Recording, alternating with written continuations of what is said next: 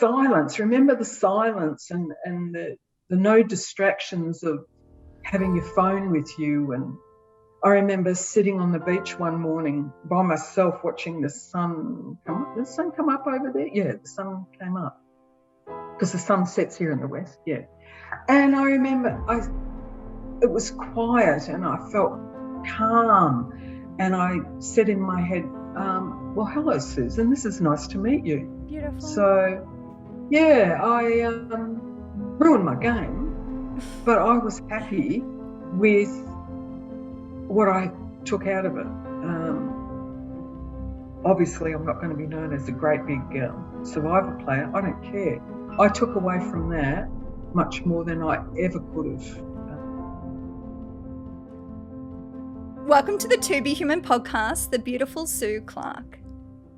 Thank you, Jennah. It's a pleasure. So we have taken several times to try and get this far in the podcast. So it's an interesting start to this conversation, but we always have a good laugh. So that's definitely to the giggles. We have the giggles. So apologies in advance. So, Sue, I see you, and since the day I met you, I've seen you as a woman of wisdom. So I thought it would be appropriate to start with something that I saw you post on social media. And it was a photo from circa 1973. And you said, beautiful photo. And you captioned it with, I wish I could have told you then what I know now. So I would love to know, Sue, who was the Sue in circa 1973? Oh, she was a wildcat. In a hurry. I was a sponge. I wanted knowledge. I wanted to travel desperately. I just wanted it all. I was in too much of a hurry. So, yeah. And when you say I was in too much of a hurry, because, I mean, when you say, I wish I could have told you then what I know now, is that a lesson in itself to slow down? Yes. I found at that age, I was keen to please everybody. And by pleasing everybody, I wasn't pleasing myself. And I found that as that young girl, that impressionable young girl, I didn't have much self-respect. And I think for girls these days, young ladies, 14 right through to 20, to have self-respect for yourself is such a great starting point to set you up for the rest of your life. Know your boundaries. Like I said, I was so eager to please everybody else, to be a part of whatever was going on, I lost sight of who I was. Well, I didn't know who I was for a very, very long time. Yeah. And how did that manifest in your life? Because I've certainly been there, not knowing who I am, and I think the journey of self-exploration is beautiful. What did you do in your journey of self-exploration? Because I know that you had some really interesting jobs. You traveled a lot. What was your experience in that? Well, initially it started off as a 15-year-old, desperate to travel, desperate to experience the different cultures. I wasn't like my other friends. They were all career-orientated and boyfriend-orientated, where I just wanted to get on a plane and go and experience life. But I had a very strict father who bullied me relentlessly, humiliated me, intimidated me in front of other people. So one of my focuses was I moved out of home when I was 16 years old. Now, when you think about it, 16, you're a baby.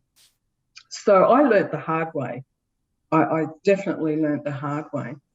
And I met my first husband when I was 16. So not knowing myself and then attaching myself to to my husband, my first husband, I had no room for any identity. And then we got married when we were 19. Oh, for goodness sake, 19.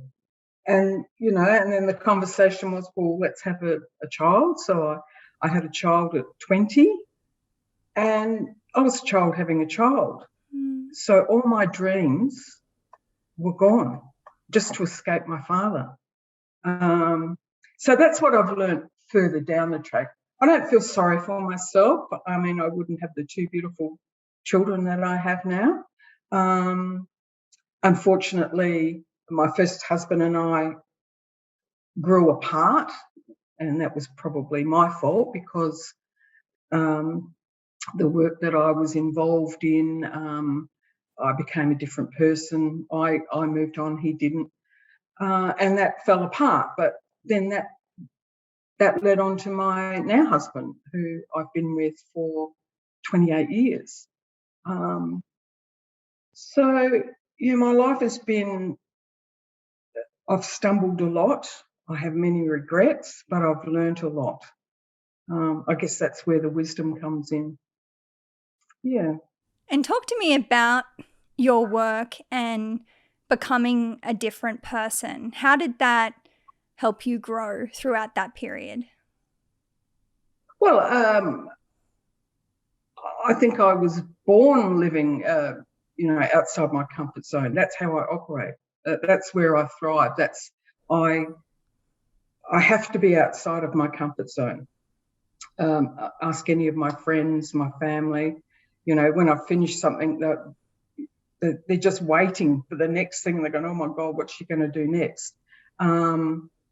So I have a very strong sense of justice. I cannot abide people being done wrong by. And we have the law, and that's how society works. You basically must stick to the law, otherwise society falls apart. So naturally, I was going to go into the police force or customs, and I applied for the police force. And at the time, I was living in Broome with a young family and my first husband. He was a prison officer up there, actually.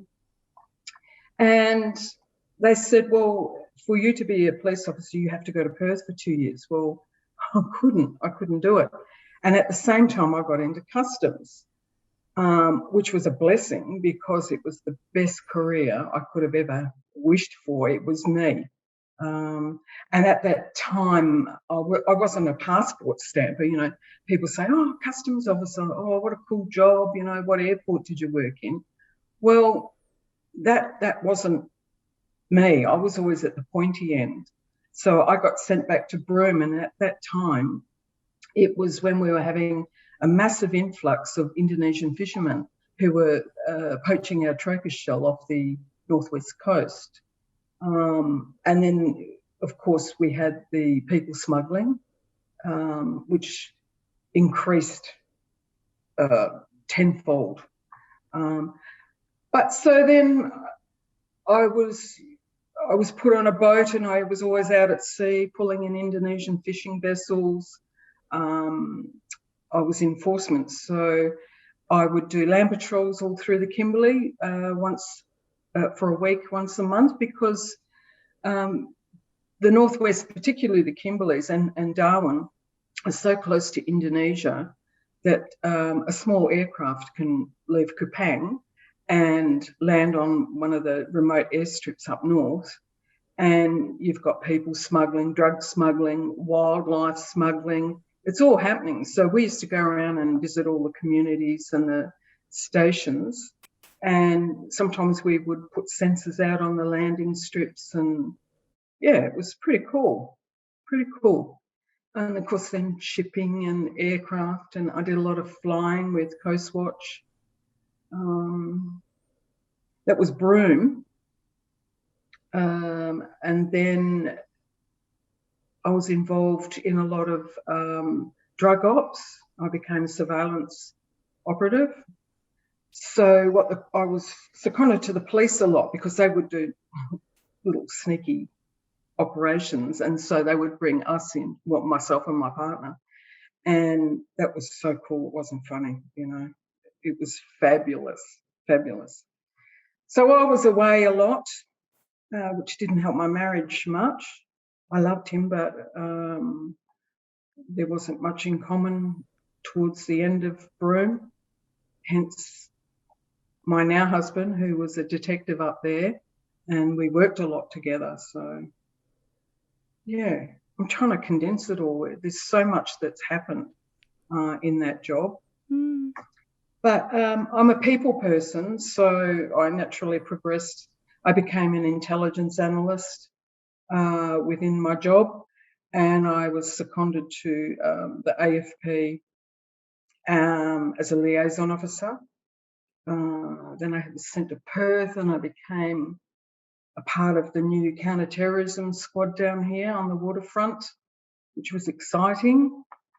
Then I went up to Darwin, and I was part of was a supervisor for air border security up there.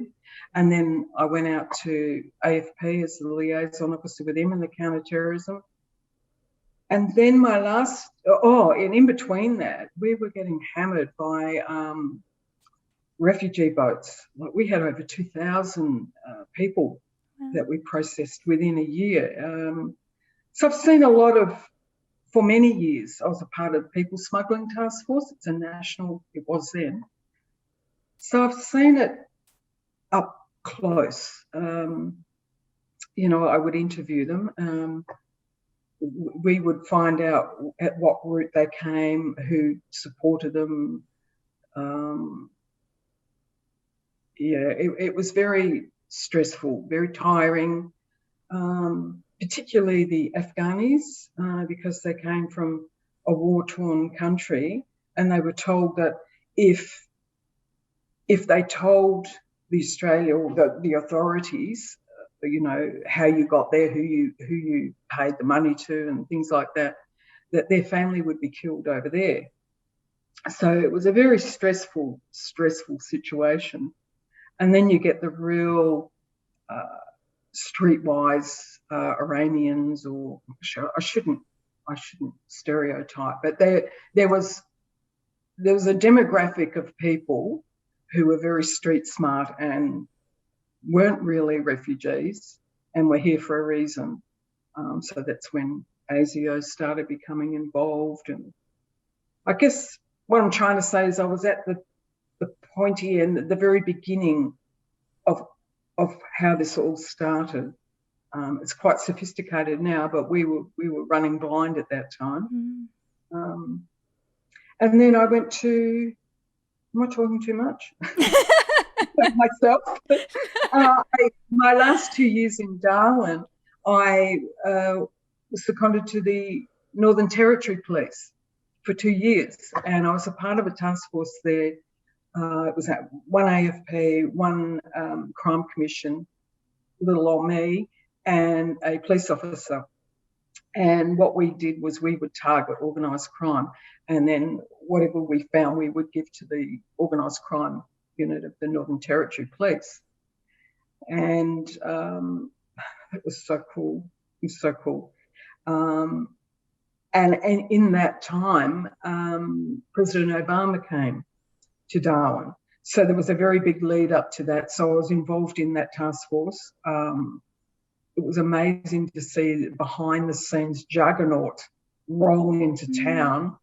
You know, there wasn't one leaf of grass left unturned for this man, this one man coming in. And that went on for weeks. And then, you know, the Hells Angels and what have you. I'm missing out a lot. I know I am. But, you know, and then, you know, with Ron, my husband being in the police force, seeing a lot of the seedier side of life through his eyes, supporting him. We've seen a lot, you know, a lot of pedophilia, a lot of domestic violence. You know, when we were in Port Hedland, there was 9 murders the stint that we were there. So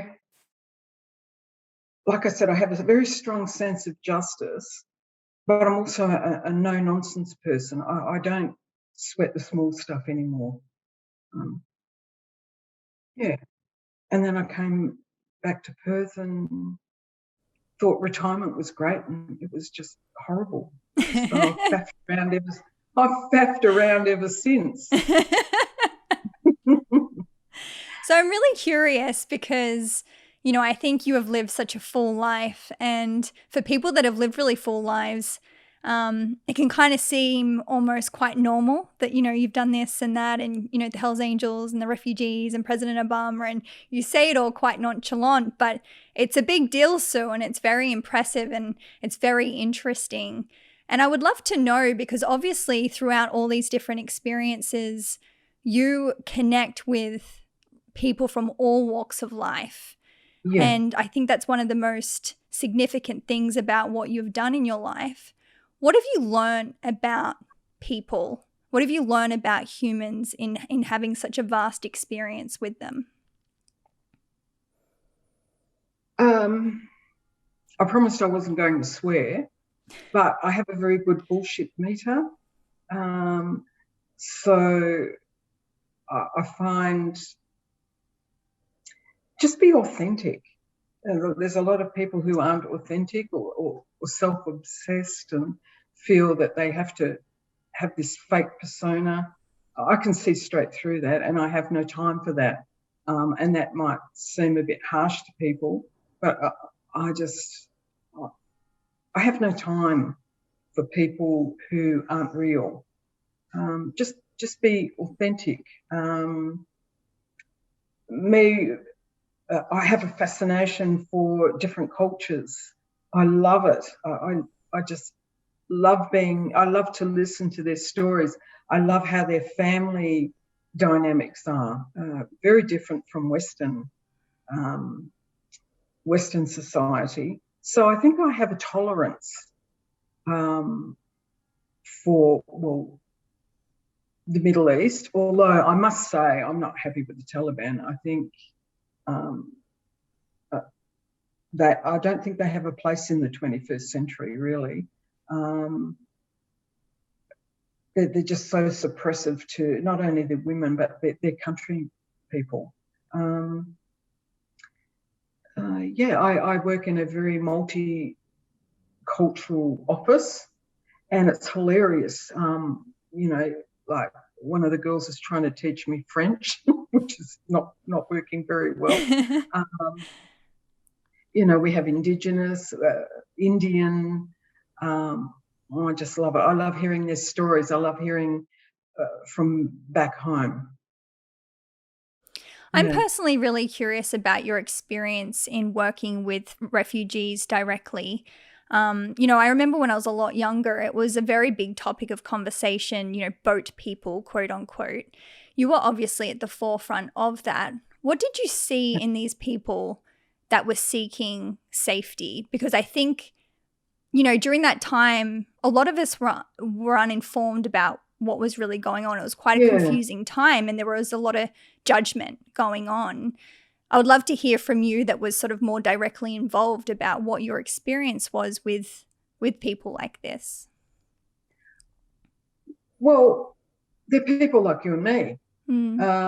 They have families, they have children, they have jobs, they have aspirations for their future, which they can't have at home. They're just normal people. There's a lot of bias, you know, they're using our system and things like that. Well, it might appear so, but I think Australia only takes a very, very small percentage of the world refugee population. I think what happens is that because they have little to no English, and let's face it, the Australian culture is very difficult to get a hang of. They stick to their own communities, and you know, maybe they don't assimilate as much as probably they should. But then who are we to say, well, you must assimilate? as long as you're a productive, community-minded people, well, welcome.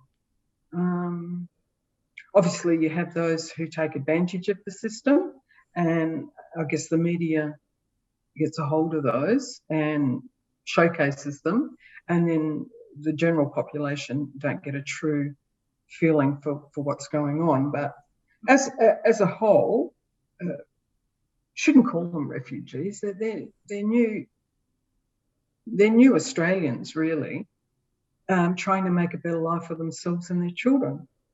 Like, you know, to be on a boat, well, to leave Afghanistan, they go through Pakistan, then they get to, which is horrific, then they get to Malaysia, and then they get on this horrible little boat to Indonesia.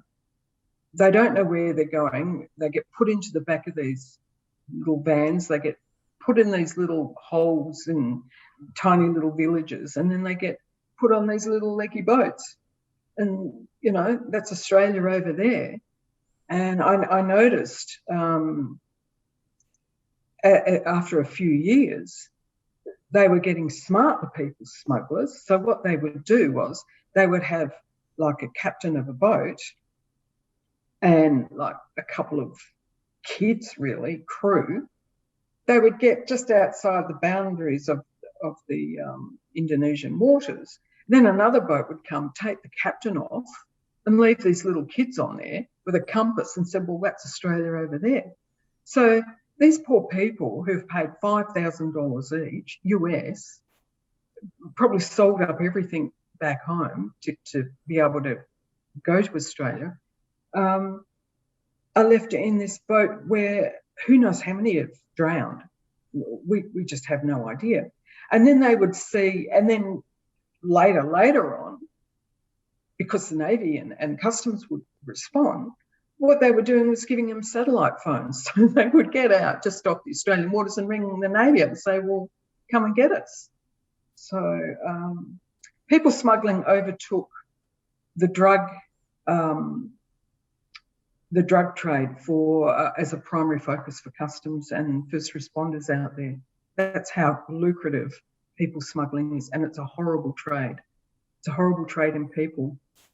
And then you see, you know, when they get off the boats and they come in and to this big hall where the medical teams are there, immigration is there, and then of course Customs have first dibs. We search them and they're scared, and you've got these little kids skipping around in the halls, just like our children, skipping around, and it's heartbreaking. It's heartbreaking.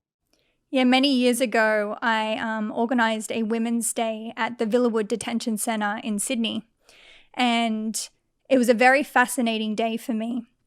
I organised a lot of sort of people donating, you know, makeup and, you know, just you know, feminine things to take in there, and spending time with them, it was such a beautiful gift because I truly saw the human to human experience of it all. You know, I was seeing young girls be asked what they wanted to do when they were older, and, you know, they wanted to become famous, or they wanted to become a singer, or, you know, they wanted to become a dancer, and, you know, there was a part of me that had so much self-belief in them that, you know, they've made it this far, why not? But there was definitely a part of me also that was like, I hope they get put in the right hands in their future to be able to, you know, see their dreams into fruition.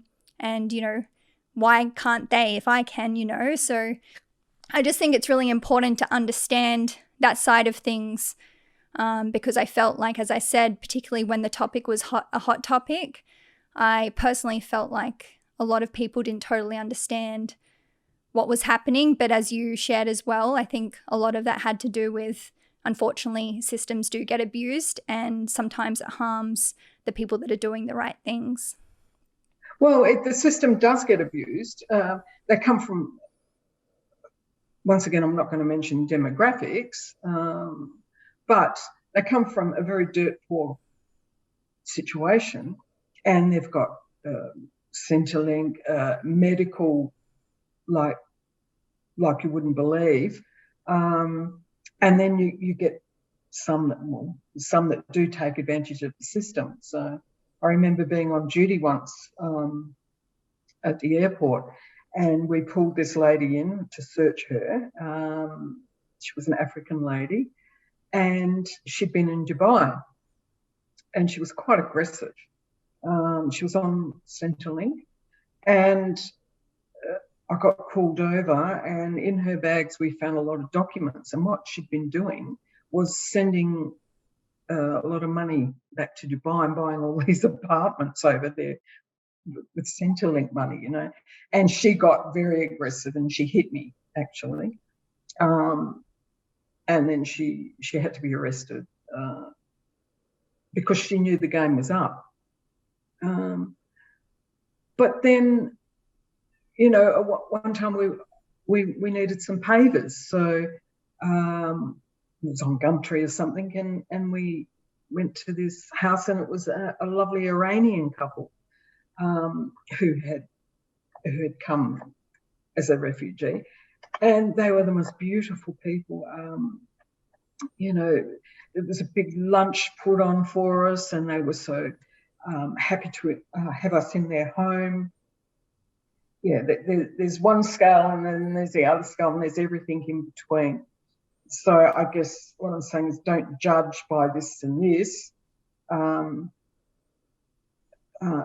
but don't be militant about supporting them either unless you're educated about what's going on. I think, you know, a lot of these protesters, not only for refugees, but Black Lives Matters,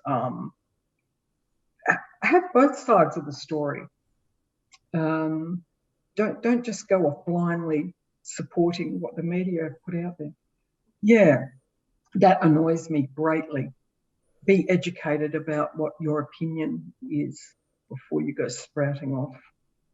Yeah, I do agree with that. And I've certainly been silent about some, you know, recent topics that come into the mainstream media because of that. I think it's, you know, if I am not informed on both sides, of course I can have a quick judgment, but I don't think that's healthy for our civilization to just jump on the first bandwagon that comes across us. So yeah, I very much support that.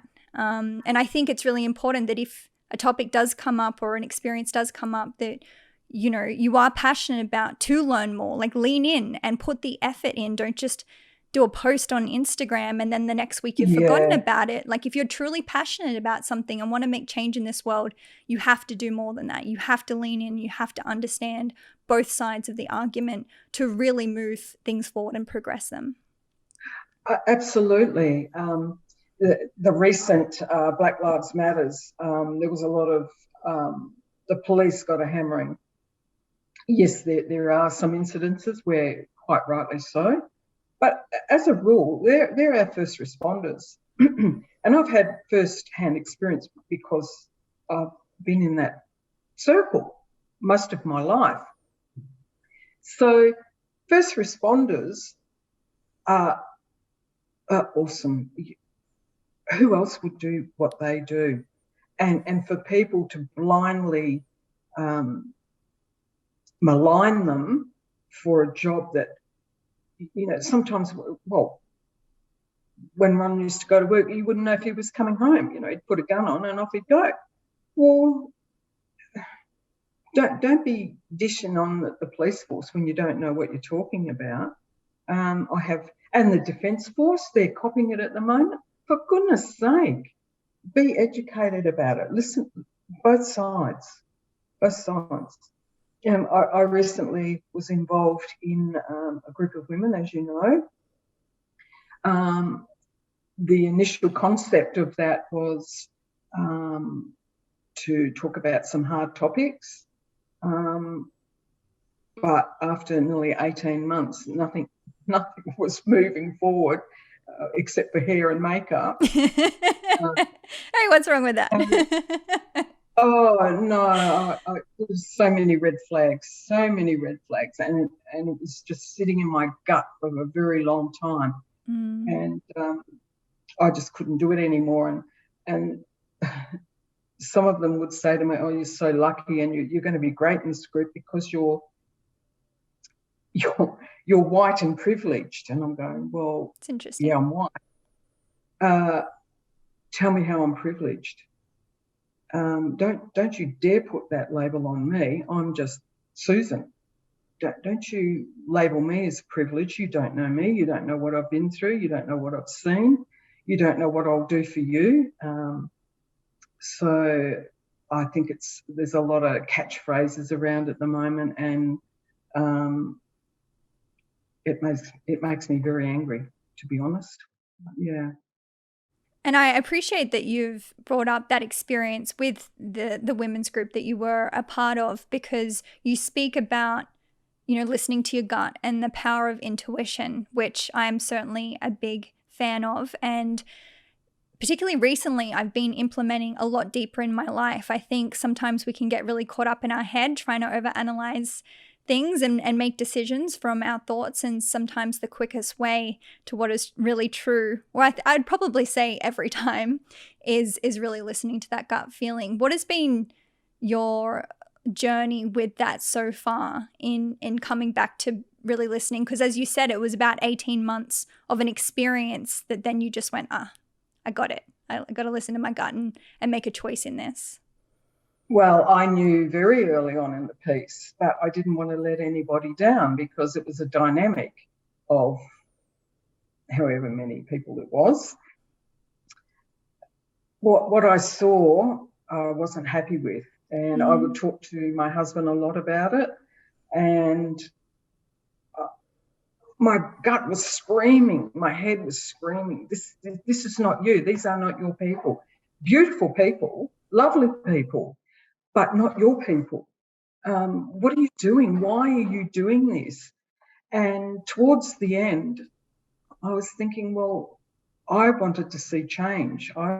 If we were going to make a difference, what have we done in the last 18 months to prove that we have the runs on the board, or, we should be listened to? And there was nothing. We didn't help anybody. There was no charity work. It was all about getting the followers on Instagram, and which I hate. My Instagram is my personal Instagram, and to me, I kill myself laughing at my Instagram, because it's just for me. I like to make people smile, and if someone your looks at Instagram's absolutely hilarious. Yeah, well, I just like, if I put a smile on someone's face for the day, I'm happy.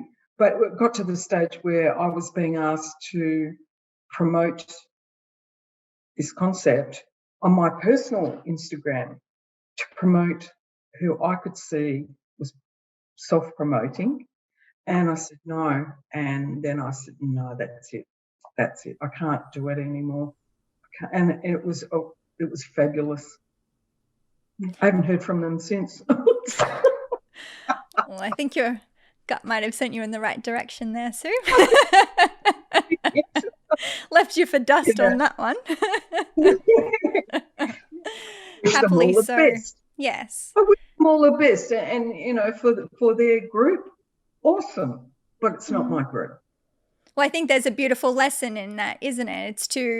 Because I think with these, amazing opportunities that come up in our lives, and this is certainly something I've learned, though it may appear amazing, you don't have to say yes to it. You don't always have to say yes to the shiny thing that comes up in your life. And it's actually very empowering to be able to say no, particularly if your gut is saying no. Well, perfectly put, because I've got to my age and just discovered that. There's no more yeses coming out of this mouth unless I want to say yes. No more people pleasing. They were saying, oh, you're older. Obviously I am. I love being my age. I truly love being my age. I wouldn't have it any other way. And they're saying, oh, you're so wise. And I'm thinking, well, really? It's just because you're there and I'm here, and I've lived 30 years longer than you have and fallen in so many holes more than you, or put my hand in the fire 10 times when I should have only put it in there once, that I have that wisdom. And then I thought, well, I can't share my wisdom because that's a part of your journey. I hate to use that word journey, but that's a part of your growth. That's a part of your character. That's a part of your personality. No one can tell you how. Well, people can tell you what to do, but I bet you most of you don't listen. I know you don't listen because I've seen it. Not you personally, but well, maybe. Probably. Yeah, I mean, you get asked a question, say, "Well, no, don't do that," because I've done that and it hurts. But then 6 months down the line, you see they've done it and it hurts. And I thought, well, don't ask me anymore. And then I thought, well, I will be there for the hard stuff, like the big ticket items, where I will say, don't do that. But the little fluffy stuff, work it out for yourself. That's life. That's how you grow into being my age and sitting back and couldn't care less anymore. And that's freeing. It's awesome. I know that particularly in your personal life in relation to family, that's been really important for you to be able to understand when to take responsibility and initiative and lean in and help people, and when to understand that it's not always on you to fix everything that comes along. Yes. Well, we've had this conversation. We haven't touched on Survivor yet, but we'll get there, I'd imagine. You know, we have a lot of in-depth conversations because we have a lot of time. But for me, because I have this tough persona, and I'm a fighter, not physical, but I will fight your battle. I will fight my children's battle. I was the maypole of my family, and that includes my stepchildren. They all know I will go in to a knuckle fight for them. They know that. But I'm learning now that they need to fight their own fights, and I will be on the periphery to pick up the pieces. Or, like I said, big ticket items, I'll say, no, hang on a minute, don't do that. Because I could be seen as, and I have been seen as, controlling, which is another subject if we've got a smidge of time I'd like to talk about. But it's not that I'm controlling, because I know my intent. I know my intention towards my friends and anyone really. I have nothing but good intention for people, and I don't want to see people hurt. So I try to help, but sometimes it's seen as controlling.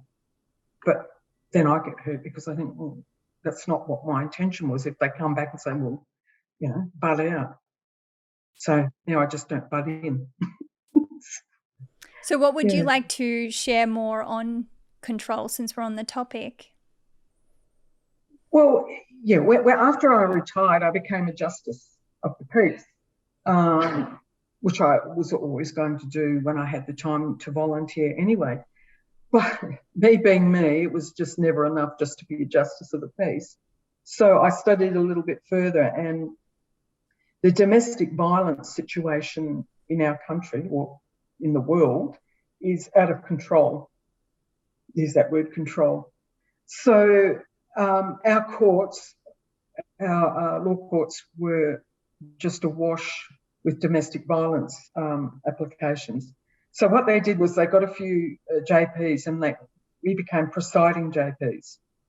And I would work on the bench. I would sit on the bench and I would hear domestic violence applications. So there's not much you miss there. It's horrific. It's gut-wrenching. It's a very difficult job. It's hard to go home and not leave it where it's at.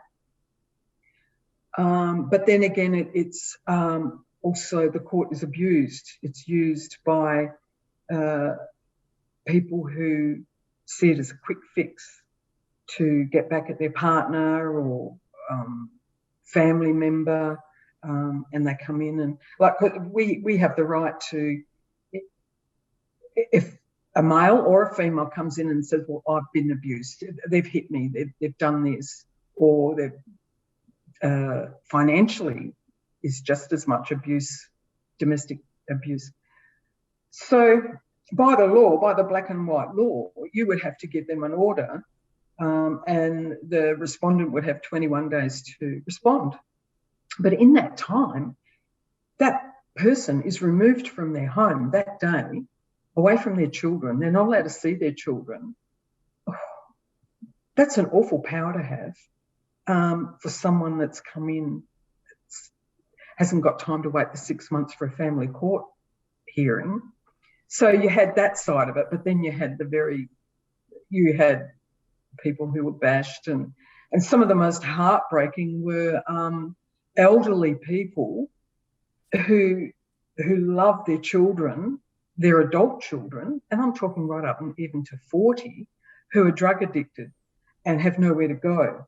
And so they're in their parents' home and they are being abused. They're being physically abused. They are mentally abused. They are financially abused. And they've got to the stage where they've come into the court to have their son or their daughter removed from their home. It's gut-wrenching. Where was I going with this? Yeah, it's Control. just, thank you. It got me thinking that domestic violence is control. It's another person trying to have control over another. And a lot of people are blindly will fight to the death to have that control, to win that fight.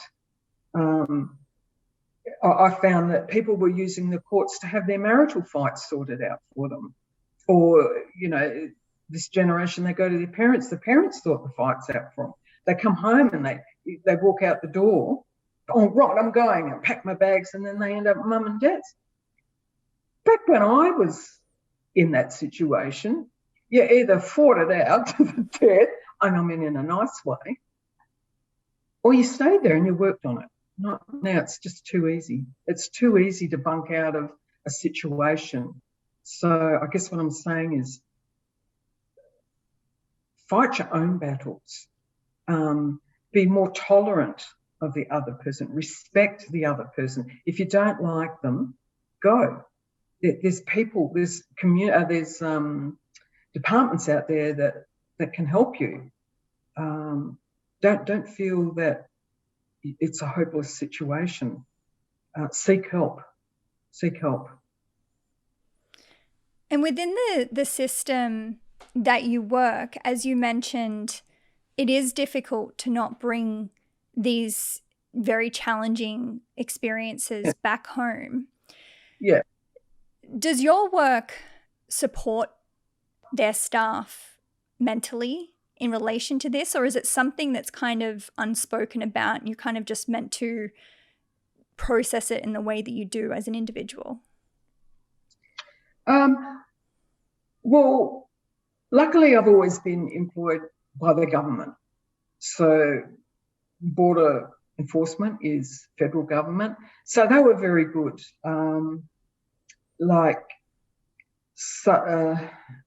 The pornography that we would see, or the child pornography that we would be have inflicted on us, we would have a psych every 2 years. You were only allowed to do that sort of thing for 2 years, and then you would be evaluated by a psych. You were supported.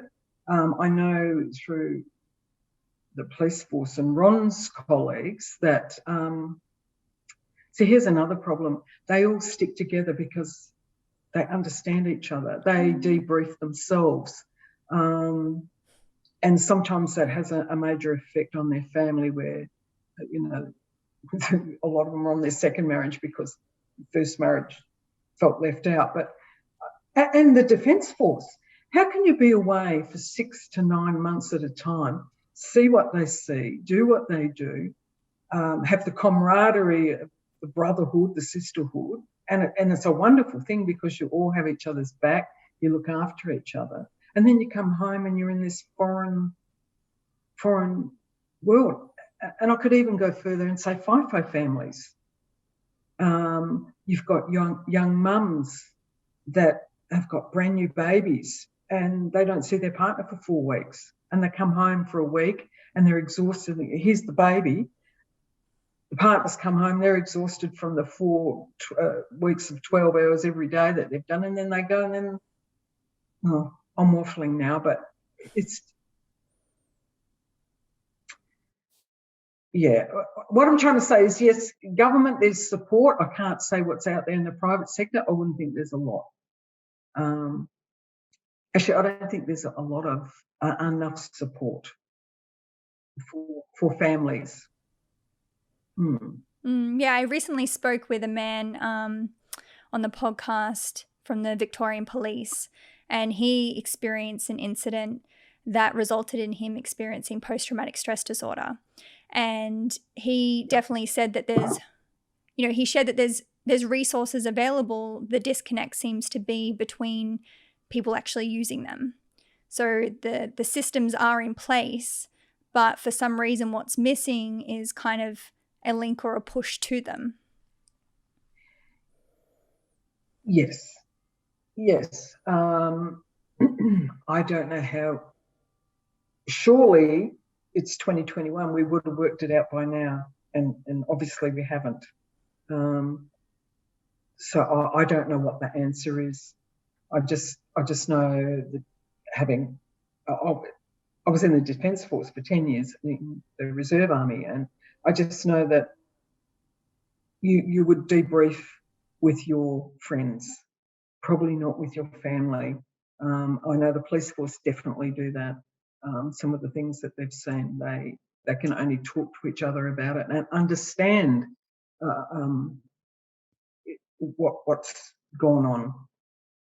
And I think, I'm going to segue this conversation into Survivor because, on a fundamental level, I feel like that is what we experienced in Survivor. And of course, the experience itself is very different to being in the military or the police force, etc. I'm definitely not relating to it in that way, but in the sense of having a difficult experience and experiencing the camaraderie and people coming together. Because I definitely remember after Survivor, Sue, and for anyone that doesn't know this, Sue and I met on the first season of Australian Survivor, and I'm very, very grateful for that. But after the experience, you come back into the world now being known as someone off Survivor, and everyone wants to speak to you about it. And I mean everyone. Everyone, when you're in Kmart shopping for underwear, or if you're in Bunnings trying to get something for the house. It was interesting because my partner that I had at the time, I very much admired him because he was so patient in that experience. And it was very similar to what you're talking about. It was experience that I could share with him, but in almost no way could he relate. What was your experience with that, your experience with Survivor and I guess the group of us coming together and sharing something that was such a beautiful yet challenging experience? It was a beautiful experience, and it was a challenging experience. I think they put me in there because they thought, right, Stu's going to be a badass. She's really going to mess shit up in there. And that was my intention. But when I got in there, make no mistake, Survivor is real. Say, oh, it's a reality show and, you don't get, you must be slip food. No, you're not. Jennah and I, we got to the end. We spent like 41 days laying around a fire like camp dogs, remember? And it was raining on us all the time. It was freezing. You missed your family, but the 8 people that you were with initially, we were all different ages, by the way, weren't we? Oh, maybe not so much you guys. You had a couple, but I was the oldest woman out there. And I found it very easy to relate to all of you because you allowed me to. We had the time to relate to each other. So there was fabulous conversations had that probably wouldn't have happened on the outside. And we all got to know each other, particularly you and I, on a very deep level. And we all became very reliant on each other. It was an amazing experience, really, wasn't it? And me going in there, I was going to go and kick ass, and I was going to do this and I was going to do that. I found for the first time in my life my vulnerable side. I found that I had, I dropped this facade of this person that has to keep everyone going and look after everyone, although I sort of tried to do that with everyone there. And I found a vulnerable side, which didn't help my game any. I think one of the biggest challenges I had was to keep my mouth shut, because there was a few alphas in there, wasn't there? It's very difficult to keep the mouth shut. Oh, yes. We weren't very good at that, Sue. But me in particular, because that was not in my nature to keep my mouth shut, or my opinion. And I knew that I was fodder, and I knew that I had a target on my back, and I knew if I stepped over that line, I would be out of there. But what happened was I made some very strong, true friendships, not with people much younger than me, but with people. I didn't see you as 28 something or other. 27. I was nearly 60 at the time. I'd like to think that you didn't see me as that. I'd like to think that you saw me as just a person, and we did connect. We connected very well. You're such an intelligent, gorgeous woman, you. You would come out from the shelter, and we were all feral, weren't we? Let's face it. Yes. And you would push one hair back and look like a movie star, and I'd come out looking like I'd been dragged backwards through a cricket. and then at the end of it, for the whole of Australia to see me, oh my God. Yeah, that's certainly one of the better things, that I think came out of Survivor is, like, how cool is it to be on television, like, completely stripped down, no makeup, like, no hair done. Like, I feel like that is so awesome and empowering to be in front of everyone in a day and age where, everyone's on Instagram putting up this facade and things like this. I know. To just go on television and be like, you know what, like, this is me. I don't know what's going to happen in however many days, but I know that it's going to be challenging, and, like, we'll see what happens. How good was it, though? I felt amazing, because we weren't putting we weren't putting anything in our body. I felt amazing. I was operating on all 6 cylinders. The whites of my eyes at the end of it were white. We didn't smell. The only thing we smelled of was the campfire, the smoke.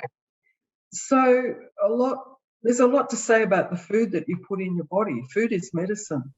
The silence. Remember the silence and the no distractions of having your phone with you. And I remember sitting on the beach one morning by myself watching the sun come up. Did the sun come up over there? Yeah, the sun came up, because the sun sets here in the west, And I remember it was quiet, and I felt calm, and I said in my head, well, hello, Susan, this is nice to meet you. Beautiful. So, I ruined my game, but I was happy with what I took out of it.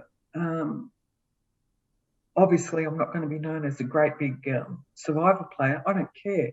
I took away from that much more than I ever could have. It was great. And, of course, the friendships, yourself and Nick, and there's a few others that we all still keep in contact with, but only... Well, they call it the Survivor family, don't they? I haven't spoken to the last 3 or 4 series of people, but unless you've been through it, you have got no idea what you go through out there, because they try and keep your head in the game. Do you remember when, I don't know if you went through this, but when I got home, I couldn't, noise affected me. I couldn't listen to a radio, just or be in a crowded place. And of course, you know, when it went on TV and you were mobbed, and it was frightening. It's Yeah, it's interesting how it changes the senses. I remember, I think it was after Jury Villa, just before we were heading home to Australia, we went to a cinema over in Samoa. Yeah. And it was so fascinating to see how we all behaved. We all stuck together and we were waiting for someone to tell us what to do.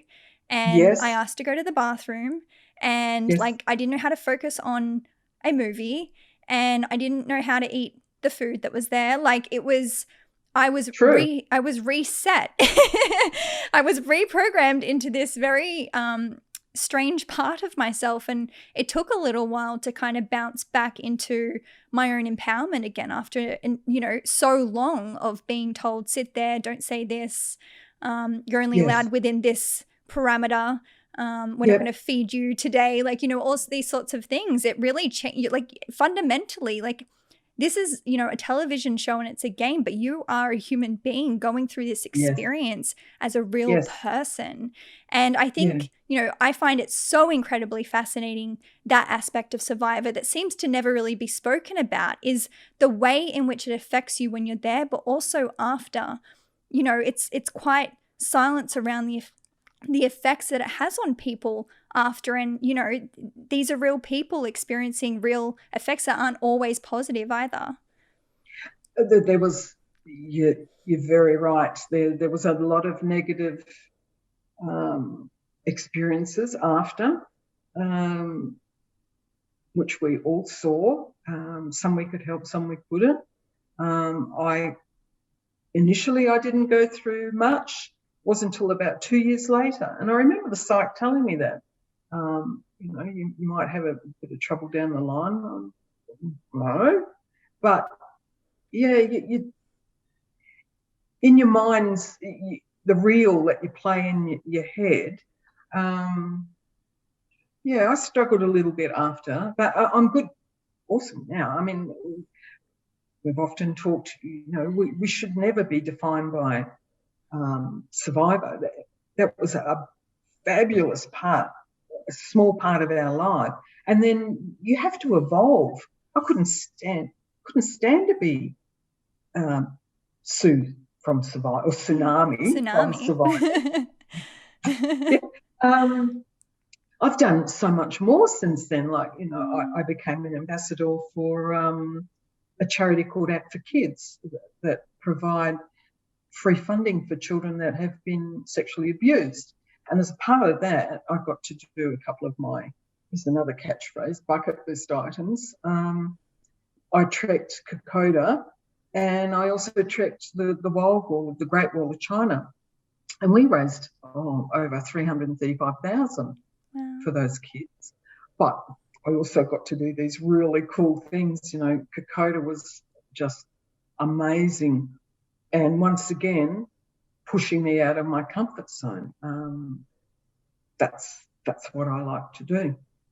Yeah, I love that you mention not being defined by Survivor, because I think that's what I've seen some people struggle with, is that they are defined by it, and they you know, incorrectly visualize this as the best thing that they will ever do in their entire lives. And after that, for some of them, it's like going to the moon and now not knowing what else there is to do in life. So I think it's very empowering, particularly if any survivors are listening to this.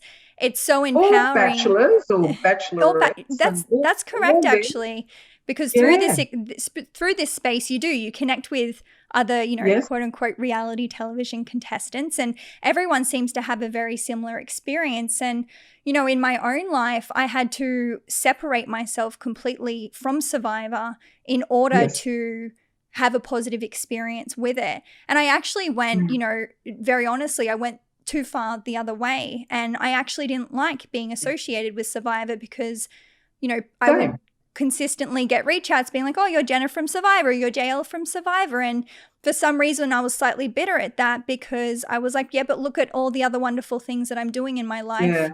And I would love, you know, this is my own personal thing, but I would prefer to be known for these things, that I'm really creating positive change in my life and others' lives, than, JL off Survivor. I don't feel like I earned too much being there. I was very fortunate to have been chosen and to have such a wonderful experience, but I don't think in too much of the sense of contribution that I changed any aspect of the world.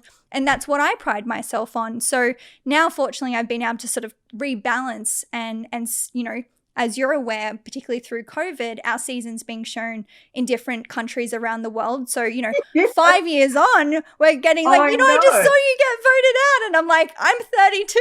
Like, I don't even remember that time in my life. But, to be able to still celebrate that now and not have any negative connotation to it.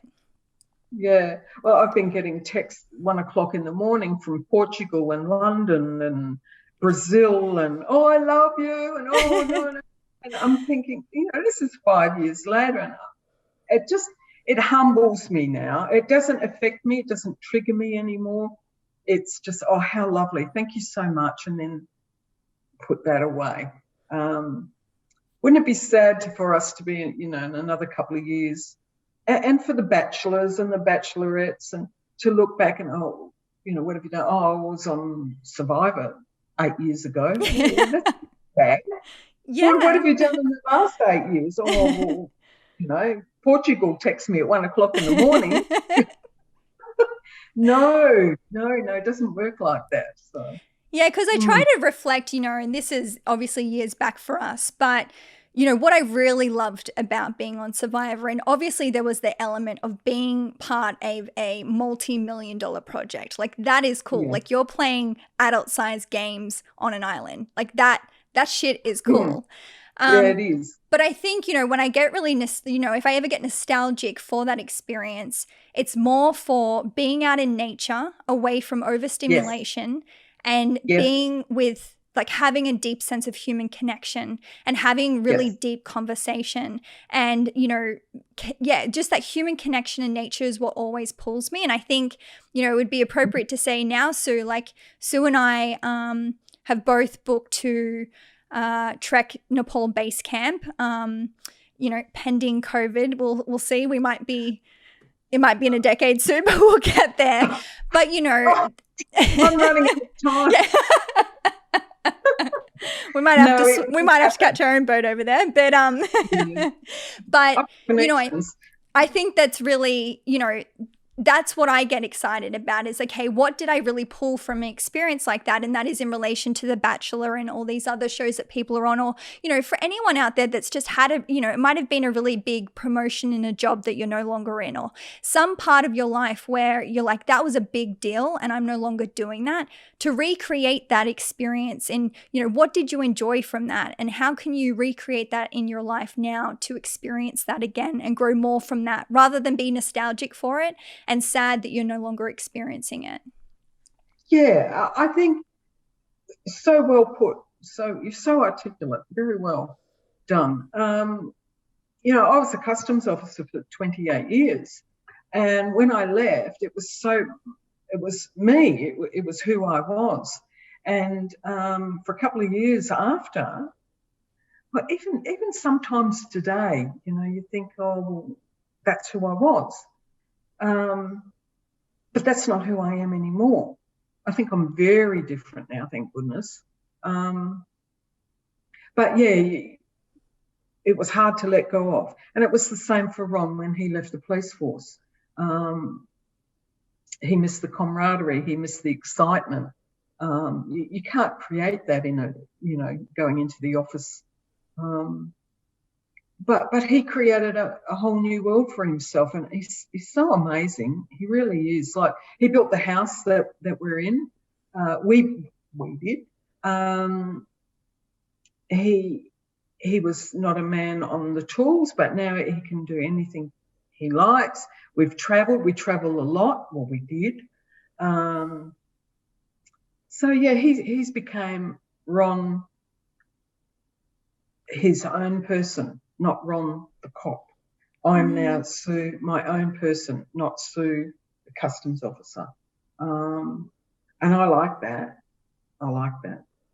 Yeah, it's so empowering because I do see that as a common theme between groups like this, whether it be Survivor or the police force or the military. You know, when we move on from these spaces, we catch up and all we can talk about is old stories. And I think, you Yeah. know, there's something really fun in that. Like it's something that's really enjoyable and you can reconnect over those stories. But I think you also need new things to speak about. And that's the power of growth. And I think for anyone that's not growing and experiencing new things, like you can see the difference between the person that has and hasn't. Yeah, you're right. I like to think, well, we obviously have, because, you know, here we are sitting 5.5 years down the track, and, you know, you're my family, you're a part of my heart. But then there's the other group that the only thing we have in common is Survivor. I like to think that you and I have got a little bit, well, we have got a lot more in common than Survivor. We've got a common focus, a common goal of where we're moving forward all the time. But let's face it, you know, in those shows, they don't pick Mr. and Mrs. Ordinary, do they? No. Otherwise, no. Do you borderline have a mental health issue? We would love to put you on the show. Apparently, and see you absolutely break down. I know there was a lot of alphas in there. There was a lot of drama. Yeah, there were people in there, not just, I'm not talking just our show, but any show. A lot of them are in there for themselves, their Instagram numbers and stuff like that. Well, and they get ridiculed for it. But, I mean, that's who they were before they went in there. You can't put a whole pile of boring people in there, can you really? Who just want to have the experience or find a husband, or it doesn't work like that. People don't watch that shit. And I think it's important as an audience to have a sensitivity for the people that go on these shows because, you know, particularly for me, that was my first television show and I went in really blindly and really naive. Like I look back and I'm like so grateful that I got myself through that in a really positive way because I was really naive. I hear of the way that editing is in shows these days, particularly. I think we were pretty lucky in season 1, but, you know, you hear of experiences, I'm not sure what television show it was, but it was a reality one where people come out and some people are suicidal. Like this is real people experiencing real things. And, you know, the edit isn't just a lull. Like for these people, you know, particularly people that don't have a strong sense of self, this is very challenging to go from, you know, almost unknown to known overnight and then have someone control the way that people picture you and think that what they see in, you know, a few minutes over an hour is who you are is really, really dangerous. I like to think that how I was on Survivor was, well, I know it was me. It was 100% me. Yeah, I think that's where we f***ed up, Sue. You f***ed me up because you won the challenge. You were supposed to go that night. I went. But I don't care.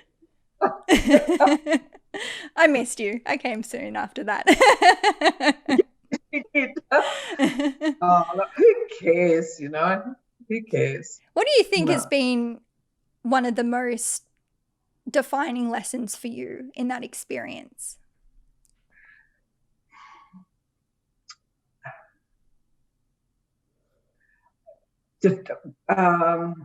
So many, really.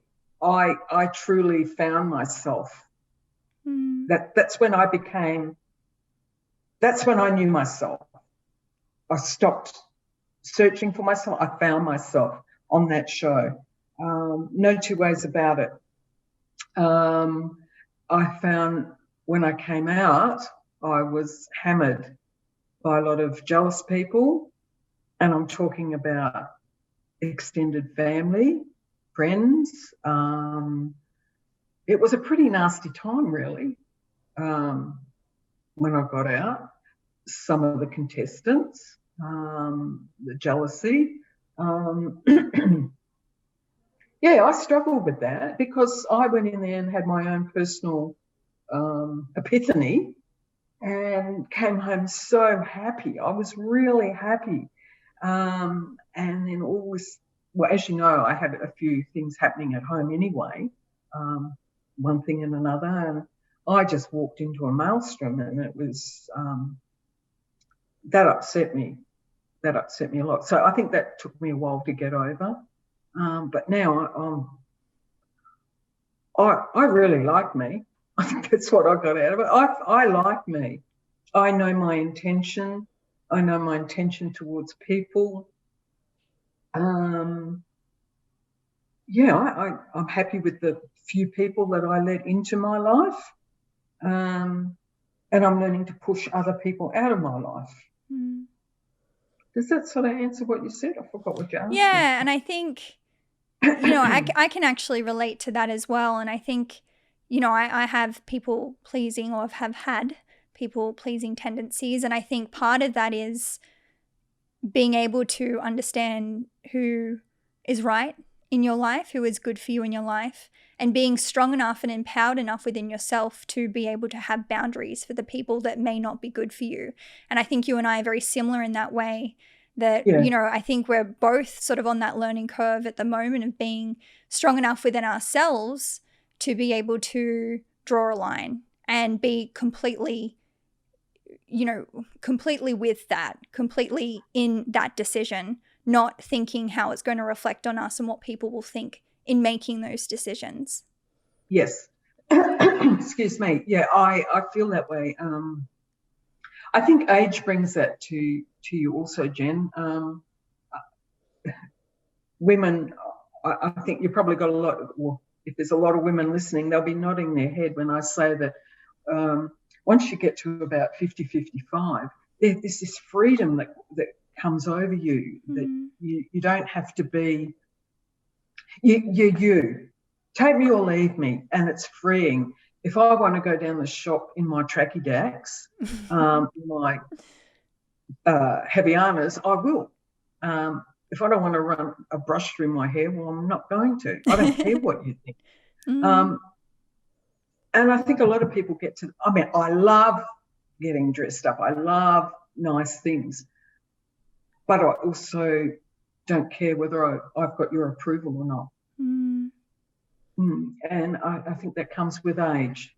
Such an empowering place to live from, because I think, you know, so many of us live from the space of constantly, you know, compensating for how we think people will receive us, instead of actually asking ourselves, what do we actually want in this life? We're constantly reacting to what people want versus what we want.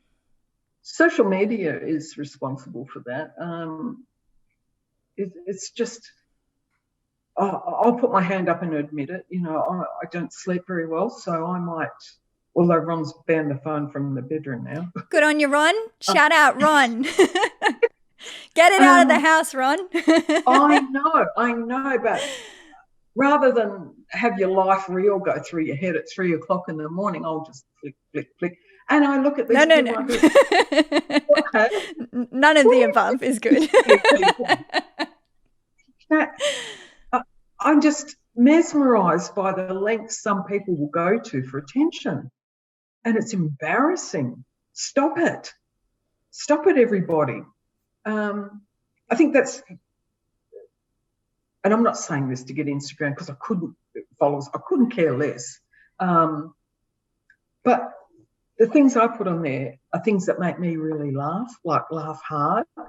And that's about it. If I make you laugh, well, I'm happy with that. You don't see me in any photos strutting around or promoting something, or no, I can't do it. It's just not me. I think it's really important, you know, in this conversation, Sue, for us to, you know, I certainly try and have empathy for that now. Because I even remember, you know, I had quite a distinct amount of followers post-Survivor. It's naturally what happens. And then people, you know, tend to fall off that the later it gets from when you were on television. But I remember probably about 2.5 years ago, I realized that I would only really get attention if I posted pictures in my bikini. Yeah. And any other time that I felt like I was posting more quote unquote authentically, whether I was sharing some of my writings or just travel pictures, I felt like next to no one that was following me was interested. And to the point where I'd even have some negative comments like, oh, how boring, or, looks like she's just going to post, her writing or whatever. And unfortunately, at that stage in my life, I didn't have a really strong sense of self, and I started adapting to that. So I was like, oh, well, the only pictures that I should be posting are pictures in my bikini because this is what these people want. Otherwise, I'm going to lose followers, which is just such a, a natural way to react. But, fortunately, I'm a lot more conscious now, and I don't do that because of that very fact. And there's something empowering even recently, Sue, with, beginning this podcast. And I'm certainly, I don't really like using social media, but I'm trying to use it now in a more relatable way in which my life is. But, my followers are actually dropping. And it's interesting because now I get really excited because, I've reframed that being like, well, this is my tribe's getting closer. Like my tribe's getting more intimate with this. These are my people, the people that are hanging around and staying here for the real me who's showing up and really sharing, like really in my life. I feel like this is the first time that I'm truly being like, this is me, in a very empowered way. Authentic. Right. And it's something that's such a beautiful experience, but I've been there. I've been the girl that's posted bikini pics or, Survivor throwbacks and things like that will get attention. And so I get it. I have empathy for people that are still there because, you don't know what you don't know. And until you go, on the word that you hate, on the journey that of self-exploration that you particularly with age, as you said, you start to come to an age where you look back and you're like, oh, I get why I was doing that, but now I no longer need to do that. Yeah, and it does happen. I guess maybe earlier when we started our conversation, I said, be more slow because you will. I guarantee, I promise you, you will get to an age where you will look back and think, why? Why did I do it that way? It's a sliding door thing, sliding doors.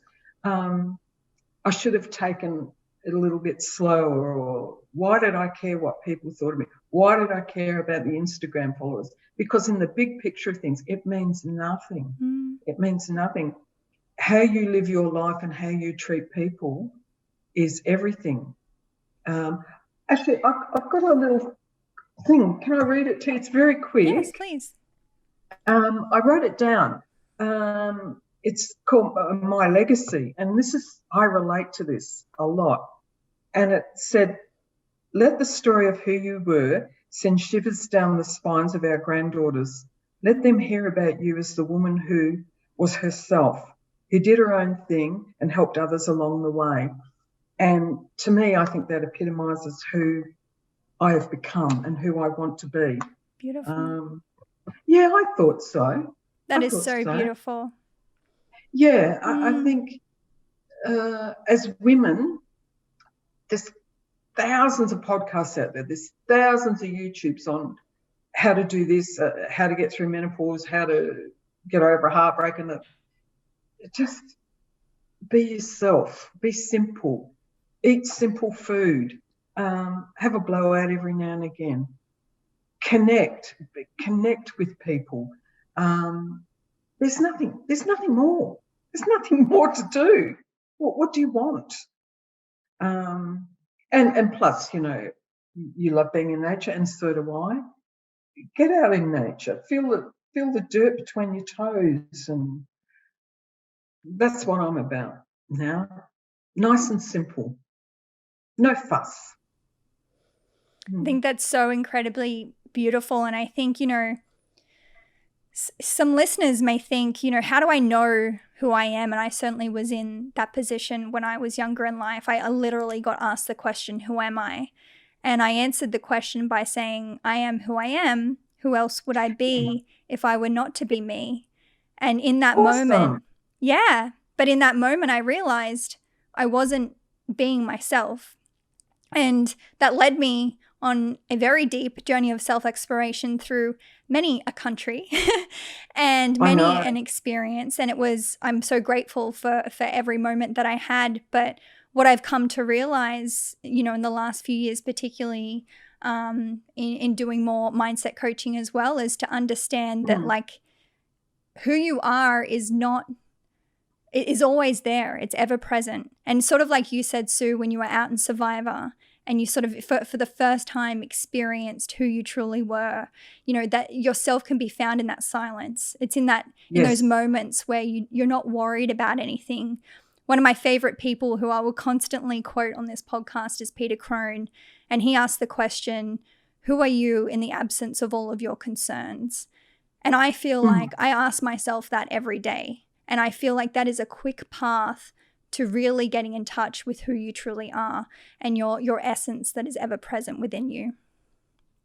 Yeah, that's fabulous. Well said. Bravo. I think we're in a society that overanalyzes everything. Just be, just do what you feel is good for you. And what's good for your family, obviously. My kids are way older, but they're still my kids. So they are in my life forever. You're in my life forever. Nick, unfortunately, is in my life forever.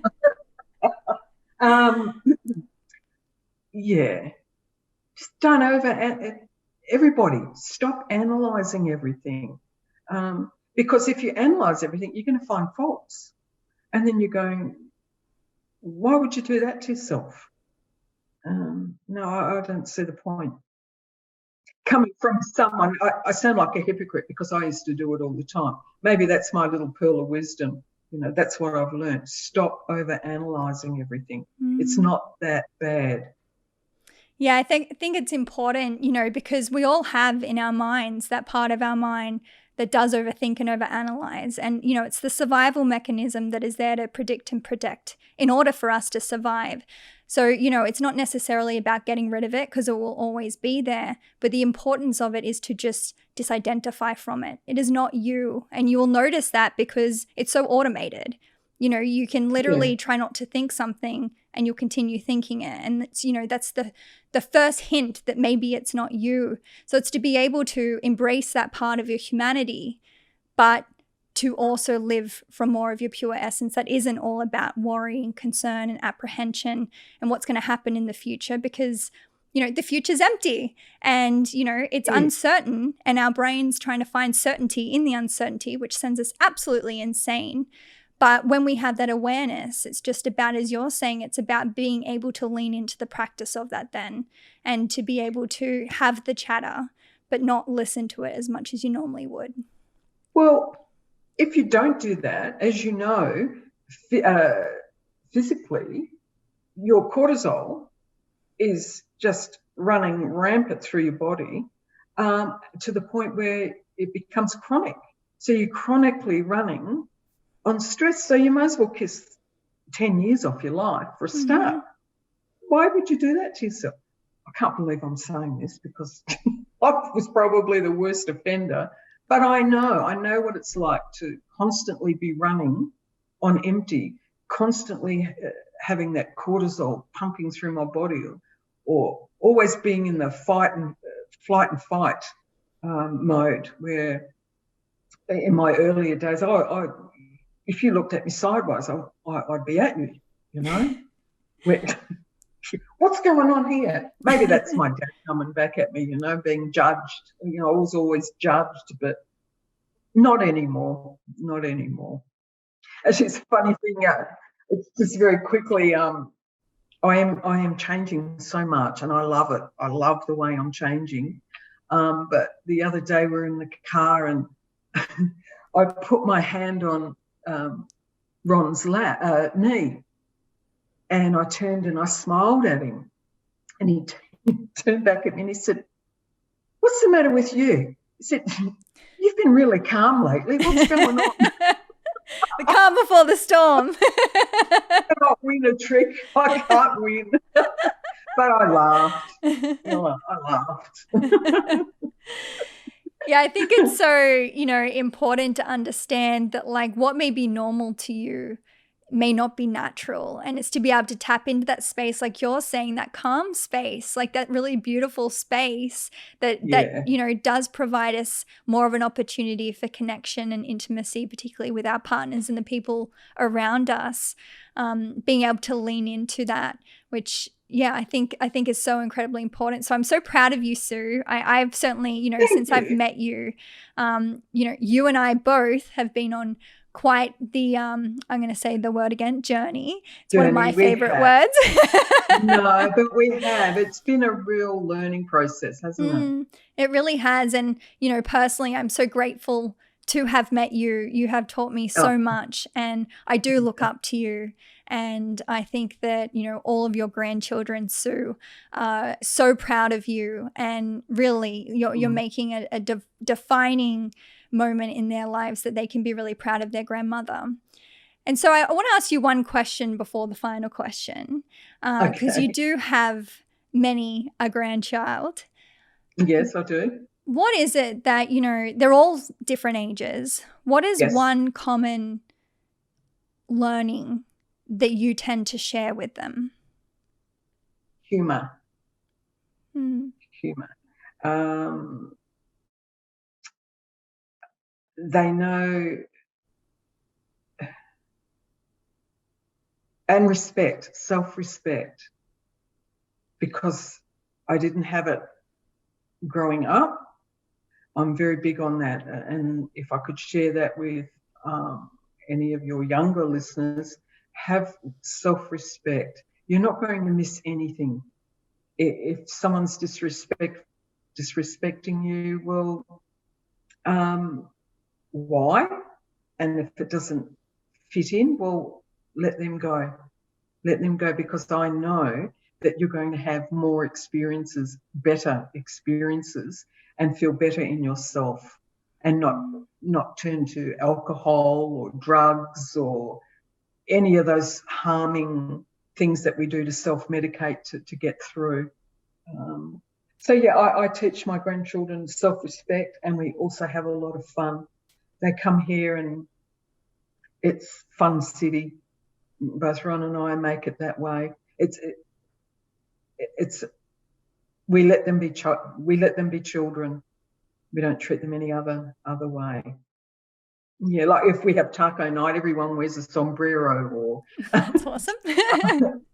Yeah, no, it's so cool. And Indy, you're not supposed to have a favourite, but Indy, she just hugging me. I love you, and you're so funny, and that makes my heart burst. And like Jordan, he's 21. He's in the Air Force. He rings me nearly every day lately. He rang me today to tell me, I went pigging today, because he's in the Northern Territory. Now, Jordan, I don't want to know about your pigging. But he felt comfortable enough to ring me to share his experiences. And what more could I want?